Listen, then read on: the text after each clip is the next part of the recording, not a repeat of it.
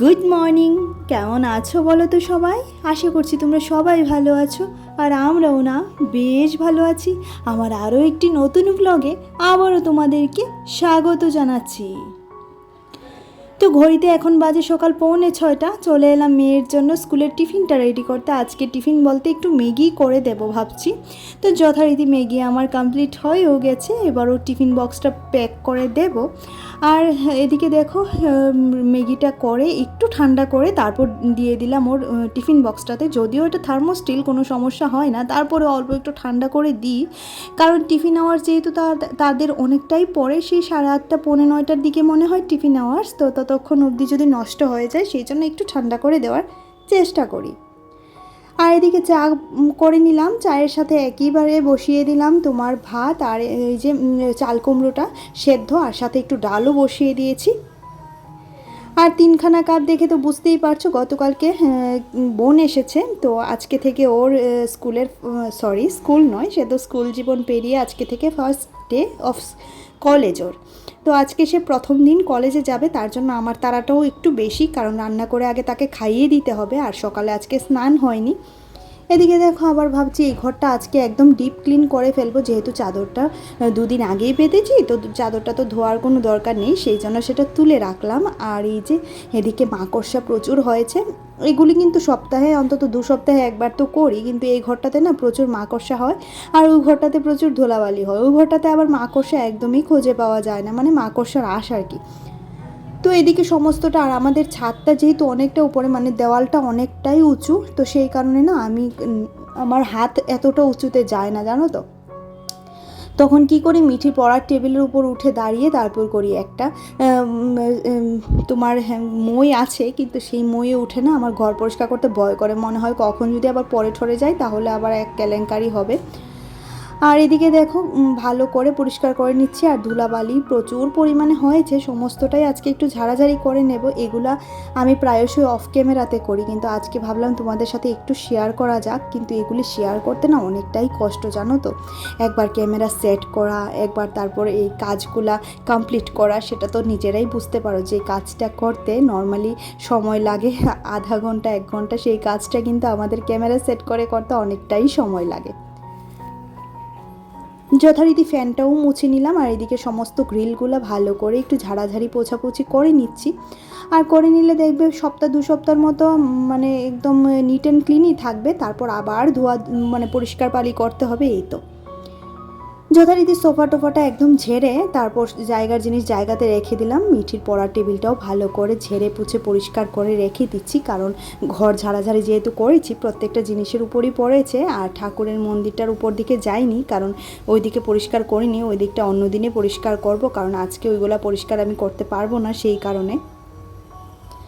আর এদিকে যথারীতি মিঠির সমস্ত বই খাতা গোছানো হয়ে গেছে, মানে ওর পড়া টেবিলটা গোছানো হয়ে গেছে। বোন কিন্তু এই মুহূর্তে মনে হচ্ছে আমার স্নানে চলে গেছে, মনে হচ্ছে না কি ঘরে বসে মোবাইল দেখছে, ঠিক বুঝতে পারছি না। তবে ওর আজকে প্রথম দিনের কলেজ, ওর একটু নাকি মানে টেনশন হচ্ছে কি হবে কি না হবে, স্বাভাবিক। আমরা যেদিন প্রথম কলেজে গেছিলাম আমাদের ওই টেনশনটা হয়েছিল, যদিও বা যেহেতু আমরা আমাদের জায়গাতেই ছিলাম, নিজের জায়গাতেই ছিলাম, সেই কারণে না ভয়টা এতটা হয়নি। কিন্তু সে যেহেতু অনেকটা দূর এসে নিজের কলেজ জীবন স্টার্ট করেছে, তো তার তো একটু ভয় হবেই, তাই না। আর এদিকে দেখো আমি বিছানাটা আবার ঝেড়ে পুছে পরিষ্কার করে বেড কভারটা পেতে দিলাম, তার সাথে বালিশগুলোও এনে রেখে বিছানাটা গুছিয়ে নিলাম। এবার যথারীতি ঘরটা ঝাড়ু দিয়ে নিচ্ছি। ঘরটা ঝাড়ু দিয়ে ঘরটা মুছবো, কিন্তু মুছামুছি আজকে আর শেয়ার করতে পারবো না, কারণ ভিডিওটা অনেকটাই বড় হয়ে গেছে। তো এত বড় ভিডিও তো তোমাদের ভালোও লাগে না দেখতে, তো সেই কারণে না এতটা লেংদি করার চেষ্টাটা মানে এতটা লেংদি আমি করিনি। তো যথারীতি দেখতেই পাচ্ছ কতগুলি নোংরা বেরিয়েছে, সমস্তটা এবার তুলে ডাস্টবিনে ফেলে দেব, তারপর ঘরটা মুছবো। আগে ওই ঘরটাও একটু গুছিয়ে নেব, ওই ঘরটাও ঝাড়াঝাড়ি হয়েছে, বাট 2খানা ঘর একসাথে ঝাড়াঝাড়ি করেছি, তো একটাই তোমাদের সাথে শেয়ার করেছি, কারণ ওই ঘরের ঝাড়াঝাড়িটা প্রায় দিনই আমি তোমাদের সাথে শেয়ার করে থাকি, তো সেই কারণে না ওই ঘরের ঝাড়াঝাড়িটা আজকে আর তোমাদের সাথে শেয়ার করিনি। আর এদিকে বিছানাটা গুছিয়ে নিলাম, বিছানাটা গুছিয়ে এবার সমস্ত সোফা টোফা গুছিয়ে নিলাম, এবার ঘরটা ঝাড়ু দিয়ে নেব, আর যা ফার্নিচার আছে একটু মুছে নেব, কারণ ঝাড়াঝাড়ি করলে দেখবে একটু একটু গিয়ে নোংরা বালি ঠালি ধুলাবালি সমস্তটাই পড়ে। তো সেই কারণে না আমি এগুলা প্রত্যেক দিন করে নেওয়ার চেষ্টা করি, আর প্রত্যেক দিন এই কাজগুলি করে নিলে ডিপ ক্লিনের ব্যাপারটা আমাদের কিন্তু দেখবে কমই আসে, তাই না? আর যেহেতু আমার এই দুখানা ঘরই আমার মেনটেন করে রাখতে হয়, যেহেতু ছোট একটা বাচ্চা আছে ঘরে, সেই কারণে আমি প্রত্যেক দিন চেষ্টা করি ঘরগুলো সুন্দর করে গুছিয়ে পরিষ্কার করে রাখতে। কারণ মেয়ে যেহেতু থাকে, মেয়েটার আবার কোনো ধুলাবালি নাকে গেলে ওর সর্দি কাশি হতে পারে, সেটারও একটা সমস্যা থাকে। তো আমি যথারীতি চেষ্টা করি সে যখন ঘরে থাকে না তখন আমি এই কাজগুলি করার। আর এই যে ধুলাবালি ধরলে আমারই একটা ডাস্ট অ্যালার্জি আছে, সারাদিন হাঁচি উঠতে থাকে। তো তার তো মানে ছোট, সে তো তার তো হতেই পারে। তো সেই কারণে না আমি সে না থাকতে থাকতেই মানে আমার কাজগুলো আমি করে নেওয়ার চেষ্টা করি। আর এখানে যত কৌটো দেখছো সবগুলো কৌটো কিন্তু আমার ম্যাক্সিমাম মামার বাড়ির আচারের কৌটো। মামার বাড়ি থেকে আজকে এই আচার, কালকে সেই আচার, পরশু সেই আচার, এরকম করে পাঠাতেই থাকে। তো আচারের কৌটোটাই হচ্ছে বেশিরভাগ। তো এই যখন ইচ্ছে করে তখন এই ঘরে বসে বসে একটু আচার খাই। আর এটা এই সাইডের কর্নারেই থাকে, খুব ছোট যেহেতু একদম সাইডেই এঁটে যায়। যথারীতি এই ঘরটাও ঝাড়ু দিয়ে নিচ্ছি, দেখতেই তো পাচ্ছ এই ঘরে অনেক নোংরা ধুলাবালি পড়েছে। কারণ যেহেতু একটু এই ঘরটাও ঝাড়াঝাড়ি করেছি, একদম বিছানাটা তুলে ফ্যানটা ঝাড় দিয়েছি, তারপর আবার বিছানাটা পেতেছি। এত কিছু একদিনের ভিডিওতে যদি দেখাতে চাই তাহলে অনেকটাই বড় হয়ে যাবে, সেই কারণে না এই ঘরটা তোমাদের সাথে আজকে শেয়ার করতে পারিনি। তো বোন স্নান করে চলে এসেছে, এবার সে রেডি হবে, তার জন্য মাছ ভাজা আর ভাত আমি রান্না করেছি।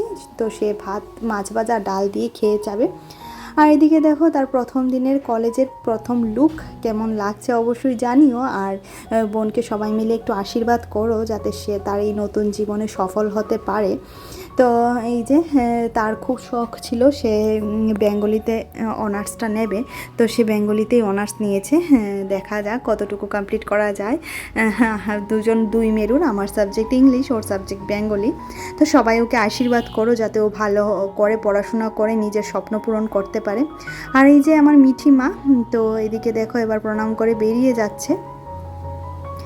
তারপর আমি চলে আসলাম রান্নাঘরে, যেহেতু রান্নাটা পেন্ডিং আছে। বোনকে মানে একদম বাড়ি থেকে মানে বোন যে বাড়ি থেকে বেরিয়ে যাওয়ার পর আমি রান্নাঘরে চলে এসেছি। আর এদিকে রান্নাবান্না করছি ইলিশ মাছের মাথা, ওই এটা হচ্ছে তোমার খয়রা মাছ, তো এটার মাথা দিয়ে চাল কুমড়ো দিয়ে রান্না করব। তো সেই কারণে দেখো কালো জিরে দিয়ে দিলাম, সাথে চাল কুমড়োটা সেদ্ধ করে ভাপিয়ে রেখেছিলাম, তো সেটাকেও দিয়ে দিলাম। দিয়ে এবার নুন, হলুদ আর তোমার দেবো একটুখানি জিরে গুঁড়ো আর কাঁচা লঙ্কা দিয়ে এটাকে ভালো করে নাড়াচাড়া করে যখন ভাজা ভাজা হয়ে আসবে তখন মাছের মাথাটা দিয়েই নামিয়ে নেব। আর গতদিন যে হাজব্যান্ড চিংড়ি মাছ এনেছিল তার মাথাগুলি কিন্তু আমি মানে রেখে দিয়েছিলাম, সেগুলা ফেলিনি। তো সেগুলাকে আজকে একটু বড়া করব ভাবছি। তো এটাকে পেস্ট করে নিলাম দেখো। সাথে ওইদিকে চাল কুমড়ো তরকারিটাও প্রায় রেডি হয়ে গেছে। তো সেটাকে ভালো করে নাড়াচাড়া করে এবার নামিয়ে নেব। নামিয়ে নেওয়ার আগে ভাবছি এই যে মানে ওইটা আরেকটু টানবে, তো এদিকে চিংড়ি মাছের বড়াটা আমি রেডি করে নিচ্ছি। আর চিংড়ি মাছের বড়াতে দিয়েছি পেঁয়াজ, নুন, হলুদ আর কাঁচা লঙ্কা, আর অবশ্যই চিংড়ি মাছের পেস্টটা, আর সাথে একটু কর্নফ্লাওয়ার। আর চিংড়ি মাছ, এই ছোটো চিংড়িগুলোতে তো এত সুন্দর গন্ধ, অল্প একটু দিলেই না খুব বেশ ভালো গন্ধ বেরোয়। তো প্রত্যেকের জন্যই মানে বড়া দুখানা করে বড়া প্রত্যেকের হবে, কারণ বড়া ভাজাটা খুব বেশি খাওয়া একদমই উচিত নয়। তো সেই জন্য অল্প করেই করলাম। আর এদিকে বড় সকালবেলা ছোট মাছ নিয়ে এসেছি, যেটা দেখে তো আমার মাথায় হাত। কিন্তু এই তাড়াহুড়োর মধ্যে সে যদি এই কাজটা না করতো তাহলে ভালোই হতো। কিন্তু মাছগুলো এত সুন্দর ছিল, সে নাকি দেখে আর মানে লোভ সামলাতে পারেনি। বেশ সুন্দর ছিল মাছগুলো, কাটতেও খুব বেশি একটা দেরি হয়নি। আমি যেহেতু মানে দাঁড়িয়ে দাঁড়িয়েই মাছ কাটি, বসে বসে মাছ কাটলে আমার অনেকটাই কোমরে ব্যথা করে, তো সেই কারণে দাঁড়িয়ে কাটার চেষ্টা করি। তো সমস্ত কাজ করতে করতে না মাছও আমার বাছা হয়ে গেছিলো। আর এটা স্নান করে আসার পর লাঞ্চ মেনুটা তোমাদের সাথে একটু শেয়ার করছি। মাছের তেল ভাজা ছিল, চিংড়ি মাছের বড়া, আর এইদিকে ডাল, আর যা যা ছিল তো তোমরা দেখেই নিলে। আর এখন বেরিয়ে পড়লাম মেয়েকে নিয়ে, মেয়ের টিচারের বাড়িতে দিয়ে ওর জন্য আজকে একটা গিফট আনবো, মানে সুন্দর একটা গিফট ওর জন্য আজকে আনবো। সেটা কি তোমাদেরকে অবশ্যই দেখাবো, অবশ্যই জানাবো, তোমরাও দেখতে থাকো। আর এই যে ওর মনটা এখানে খারাপ, কান্না করছিল, তো ওর গিফট পেয়ে সে আবার ভীষণ খুশি। তো সেটা ছিল একটা সিলভার জুয়েলারি, ওর জন্য এনেছিলাম প্রত্যেক দিন গলাতে পরে রাখার জন্য, যেহেতু ও খালি গলায় থাকে। একজন আমাকে বলেছে যে বাচ্চাদের নাকি খালি গলাতে রাখতে নেই, তো স্বর্ণের গলার তো আর সব সময় দিয়ে রাখা সম্ভব নয়, তো সেই কারণে না ওকে একটা সিলভার জুয়েলারি বানিয়ে দিলাম। বেশ সুন্দর হয়েছে, বিশেষ করে পেন্ডেন্টটা তো ভীষণ সুন্দর হয়েছে। তো চলো আজকের মতো ভিডিওটা এখানেই রাখছি। ভিডিওতে কিছু ভালো লাগলে অবশ্যই লাইক করে দিও, কমেন্ট করে দিও, আর যারা চ্যানেলটিকে সাবস্ক্রাইব করোনি প্লিজ আমার চ্যানেলটিকে সাবস্ক্রাইব করে দিও। যারা যারা কাজটি করে রেখেছো অসংখ্য ধন্যবাদ। তো চলো টাটা।